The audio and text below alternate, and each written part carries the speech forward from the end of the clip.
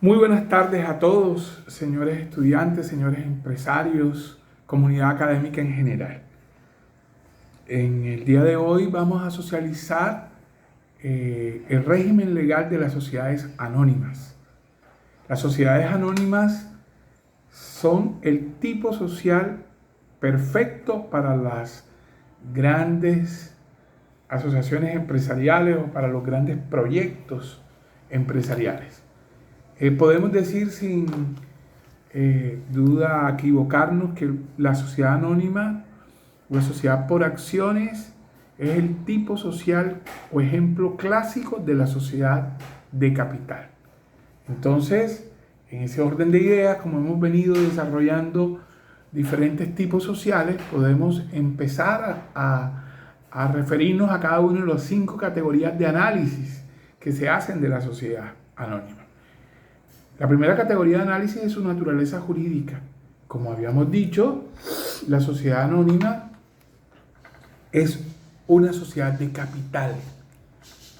A contrario, sensum, que las colectivas son de personas, que las comanditas simples son de personas. Bueno, la sociedad anónima es una sociedad de capital. Es decir, aquí no prevalece el instituto personas, sino cuánto dinero, cuánto capital lleva el accionista a el ente social. Es por esto, obviamente, que tenemos que referirnos desde la misma constitución de la anónima, que está regulada a partir del artículo 373 de nuestro Código de Comercio. Se señala que la sociedad anónima se forma o se constituye por un fondo social, y que ese fondo social, que es todo el capital que llevan los accionistas, es lo que se denomina capital social, y que los accionistas o los asociados responderán solo hasta el monto de sus aportes. Por eso su naturaleza es una sociedad de capital. Solo excepcionalmente podrán los accionistas responder por obligaciones más allá del monto de sus aportes. Y es cuando se aplica la teoría del disregard o levantamiento del velo societario, es decir, cuando hay insuficiencia de activos para el pago de pasivos, pero debe además probarse la mala fe del empresario para que pueda proceder. Además de esa mala fe, de ese fraude, de ese dolo, para dejar sin respaldo a los acreedores sociales, debe probarse la insuficiencia de activos para el pago de pasivos. Este disregard o levantamiento del velo societario inicialmente provenía del derecho anglosajón, se aplicaba en nuestro país desde el punto de vista jurisprudencial, pero ya con la expedición de la ley 1258 del 2008, el de las sociedades por acciones simplificadas, entró a consagrarse expresamente dicha situación. A partir de allí, de esa naturaleza jurídica, pues se necesitan unas solemnidades mínimas para efectos de la constitución de este tipo social. En cuanto a pluralidad, sabemos que es un elemento esencial del contrato, pero el artículo 374 habla de precisamente de que se necesitan mínimo 5 accionistas. Recuerden que esto está íntimamente ligado como elemento esencial a la causal generales de disolución legal, cuando se vulneren pluralidades máximas o mínimas de acuerdo a lo regulado para cada tipo social en particular. Entonces, una anónima no puede tener menos de 5 accionistas, pero su pluralidad máxima es indefinida. Y como decíamos, ese fondo social que constituye el capital social, ese capital que para este tipo será capital autorizado, que es el macro, que es con el que funcionará la compañía, el mínimo para que tenga viabilidad financiera, el capital suscrito, que es el con el que se compromete cada uno de los accionistas al firmar la escritura de constitución o posteriormente si se hace por constitución sucesiva, y el capital pagado, que es realmente lo que desembolsa cada asociado. Ello nos lleva, señores, a decir que ese capital social está dividido en alicuotas o en partes o en secciones, y para las sociedades anónimas se llama acciones, se denominan acciones. Así como la parte de interés social era la alicuota en que se dividía el capital social de las colectivas, en las sociedades anónimas se denomina acciones. Pues bien, estas acciones o alicuotas que generan derechos políticos y que generan derechos económicos tienen una incidencia muy importante, determinante en las relaciones jurídicas que hay entre la sociedad y el asociado, o entre la sociedad y terceros. ¿Por qué? Porque esas acciones están vertidas o están representadas en un título accionario. Las acciones son un bien mercantil. Cuando usted tiene un título accionario de 100 acciones de $1.000.000, tiene por lo menos en valor nominal 100 millones de pesos en su haber. Esto obviamente teniendo en cuenta que ese capital social, como se ha visto en escenarios diferentes, en las sociedades anónimas es posible cancelarlo por instalamientos o a plazos. Como hay un capital autorizado, un suscrito y un pagado, entonces, y como el capital suscrito no puede ser inferior al 50% del autorizado y cada acción debe desembolsarse por lo menos la tercera parte o más, podríamos decirle que realmente el capital pagado es lo que desembolsa inicialmente el accionista.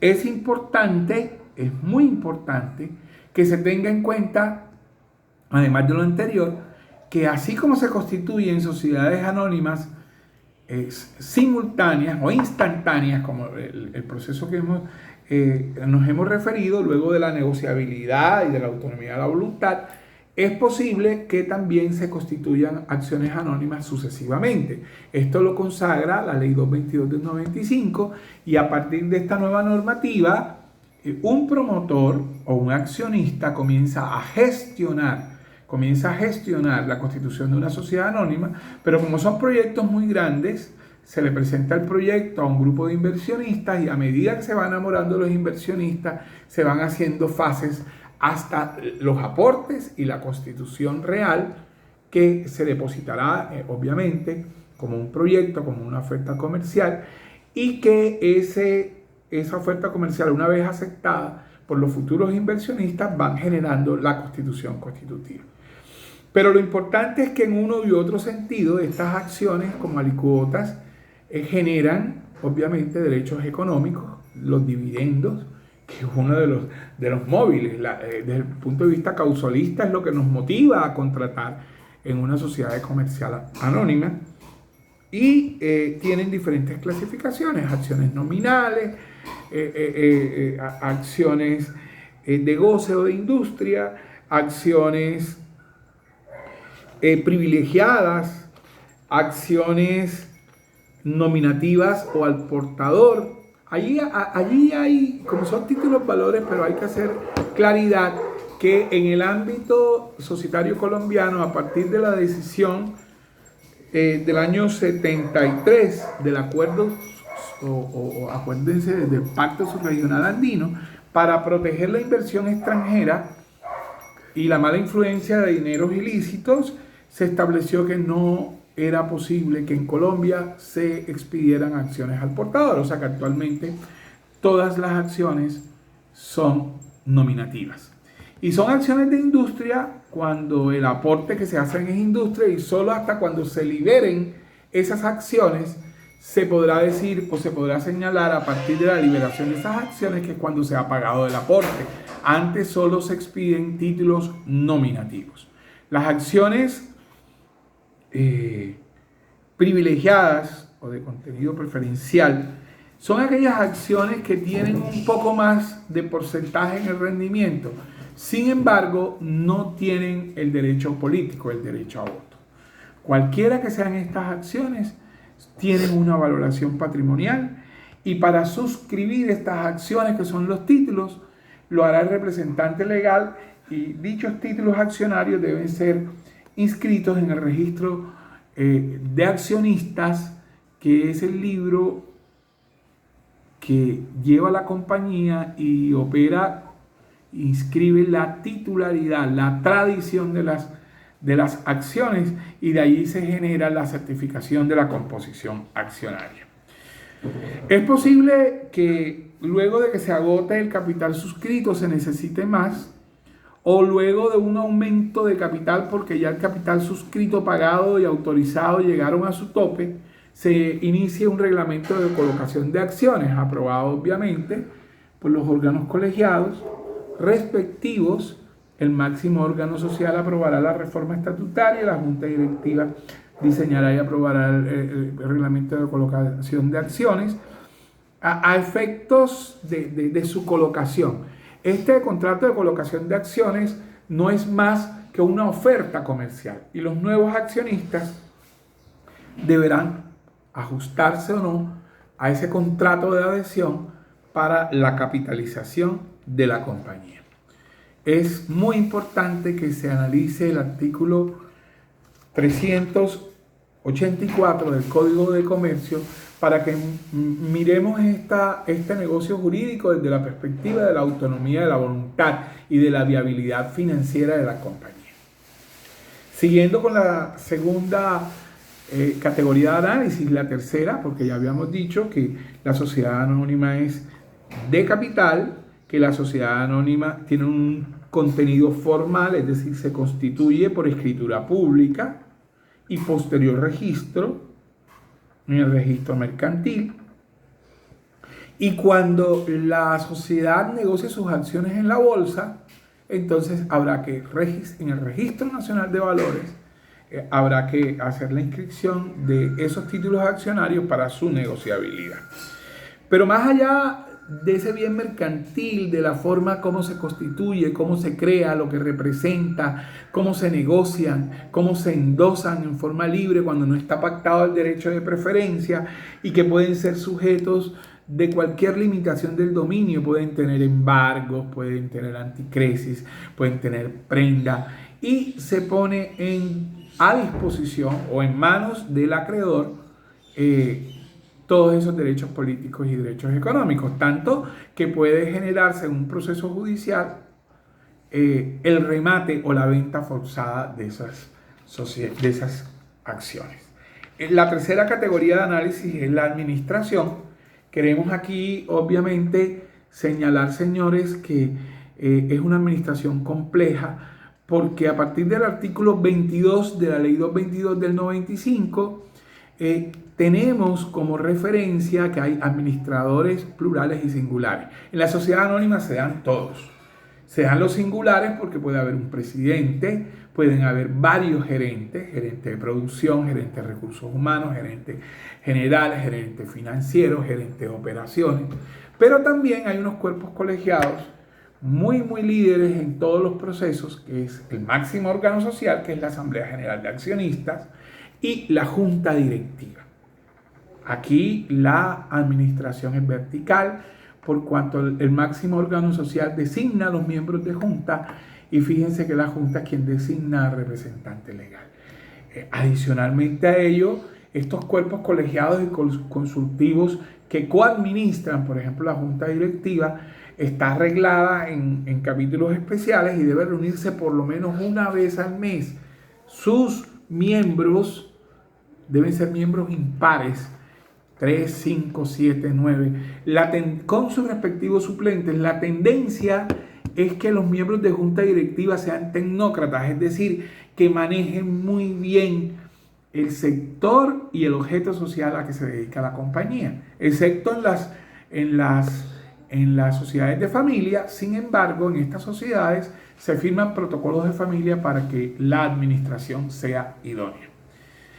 La Asamblea General es el máximo órgano social, y desde la misma ley, desde el artículo 181 del Código de Comercio, que maneja la parte general, y desde el 422 se manejan las reuniones sociales. Y estas reuniones sociales deben seguirse con el protocolo establecido en la ley y en los estatutos. ¿Con qué objetivo? Con el objetivo, señores, que bajo ninguna circunstancia se declare o se decrete la nulidad en algunos casos y se declare la ineficacia de pleno derecho. Aquí entran aspectos tan relevantes como la convocatoria, como la legitimación para convocar, la forma como se hace, la antelación, si es una reunión ordinaria, si es una reunión extraordinaria, si es una reunión por derecho propio o reunión sanción o es una reunión de segunda convocatoria. En fin, todo lo que vimos en sociedades parte general aplicable a las reuniones del máximo órgano social como control directo societario es aplicable en este apartado.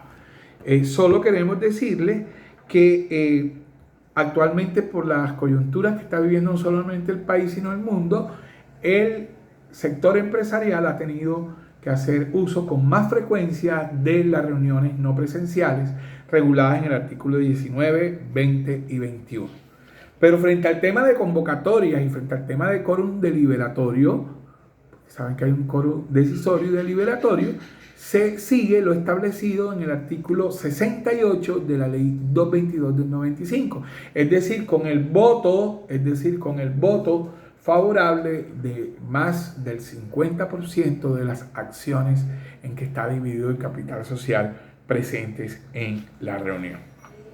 Dicho lo anterior, y haciendo una remisión expresa de todas estas reuniones contempladas en la regulación general del código a partir del artículo 181 y demás normas concordantes, pasamos al tema de la junta directiva. La junta directiva sí es un órgano colegiado exclusivo de las sociedades anónimas. Es posible, pero ya eso es estatutario, que cualquier otro tipo, una limitada, quiera nombrar una junta directiva o una SAS quiera hacerlo en virtud de la autonomía de la voluntad, pero es un control directo societario exclusivo de las sociedades anónimas. Ello implica, señores, que deba reunirse una vez al mes, que no deben haber parentescos entre sus miembros, que hay escaños principales y suplentes para efectos de la operación. Igualmente los estatutos y la ley establecen todo el tema de quórum, de convocatoria, de atribuciones de la Junta Directiva y los informes que la Junta Directiva debe dar a la Asamblea, porque la Junta Directiva coadministra con el gerente. La representación legal está en cabeza de una persona que se ha designado por estos cuerpos colegiados, pero lo importante es que, como les decía, de acuerdo a la estructura, puede haber un representante legal principal, varios suplentes, o un gerente, varios gerentes, pero además un presidente de toda la compañía. Las utilidades o dividendos se reparten, señores, de conformidad con lo establecido en el artículo 155 del Código de Comercio, que es un quórum calificado. Pero más allá de ese quórum calificado, debemos tener en cuenta todos esos pasos y procesos para poder repartir utilidad, es decir, que existan, es decir, que se apliquen los descuentos de ley, la parte tributaria, que se descuenten las reservas legal, estatutarias y ocasionales en caso que hubieran, que se aprueben los estados financieros del ejercicio anterior, porque de las utilidades que sean aprobadas en esos estados financieros es que da la posibilidad de que se maneje y se apruebe el proyecto de distribución de utilidades, que determinará que a prorrata de la inversión o del capital social o del porcentaje en la composición accionaria, asimismo se tendrán los dividendos. Con un quórum del 78% más, según lo establecido en la ley 222 del 95, y sobre todo con un acta que será el título ejecutivo, un título ejecutivo compuesto que podrá utilizar el accionista para reclamar, señores, ¿para reclamar qué? Para reclamar las acciones, las utilidades decretadas y aprobadas que no le fueran pagadas. Pero más allá de eso, podemos decir que la sociedad anónima es un tipo social grande para sociedades de ensanches empresariales, pero que tiene los tres controles, es la otra categoría de análisis. Es decir, tiene el control directo ejercido por la Asamblea y la Junta Directiva y por los que son administradores y por esa administración que es manejado por ellos. El control directo la monitorea los mismos asociados. Es decir, a través del derecho de inspección, artículos 447 y 448, antes de la asamblea ordinaria, todos los accionistas o asociados podrán verificar toda la información que contienen esas normas que tienen que ver con todo lo financiero, lo contable, lo contractual, lo legal, las funciones, el plan de acción, el cumplimiento de metas. Es decir, a través de sus decisiones sociales en la asamblea se controla, pero adicionalmente a eso, con el derecho de inspección. Partiendo de esa base y que tiene el control directo, también tiene el control interno, porque es obligatorio, de conformidad con el artículo 203, 205 y 207, que las sociedades anónimas tienen la obligación de tener revisor fiscal. El revisor fiscal es un control interno societario y ese control interno societario entrará a definir si la ley, como los tres controles, ese común denominador, cumplen con la ley y los estatutos. Y la sociedad anónima tendrá el control externo, es decir, el ejercido gubernamentalmente por la Superintendencia de Sociedades o por cualquier otra superintendencia de acuerdo a su objeto social, siempre y cuando se pase de los límites de los montos de activo, de ingresos y de patrimonio, que en la actualidad es de 30.000 salarios mínimos legales mensuales vigentes, que ello dependerá de si se encuentra en un estado de inspección, un estado de vigilancia o en un estado de control. En ambos estados será, en cualquiera de los tres estados, será la intervención estatal como control externo societario. Y finalmente, las sociedades son como los seres vivos, nacen, crecen, se reproducen y mueren. Y vendrá el proceso de disolución y liquidación. La disolución es el proceso jurídico que termina con la personalidad, además de dejar la sociedad limitada en su operación, no puede seguir explotando el objeto social. Todos los actos que realice son con ocasión y para facilitar su proceso liquidatorio. El proceso liquidatorio, en cambio, es todo lo contrario. Es un proceso contable económico en el que se revisan componentes legales, pero no es más que qué activos tenemos, cuánto debemos, cuál es nuestro pasivo, y el remanente se repartirá a prorrata de la participación de los asociados. Pero es importante que finalmente hagamos alusión al artículo 457 del Código de Comercio, que tiene las causales especiales de disolución de la norma. Como lo habíamos dicho anteriormente, todas las causales del 218, que son las causales genéricas para todos los tipos sociales, se aplican a la norma. Ese es el primer numeral. En segundo lugar, es la causal de disolución por pérdidas, que es cuando ocurran pérdidas que reduzcan el patrimonio neto por debajo del 50% del capital social. Y el tercer lugar es cuando, el numeral, es cuando el 95% o más de las acciones suscritas llegaren a pertenecer a más de un accionista.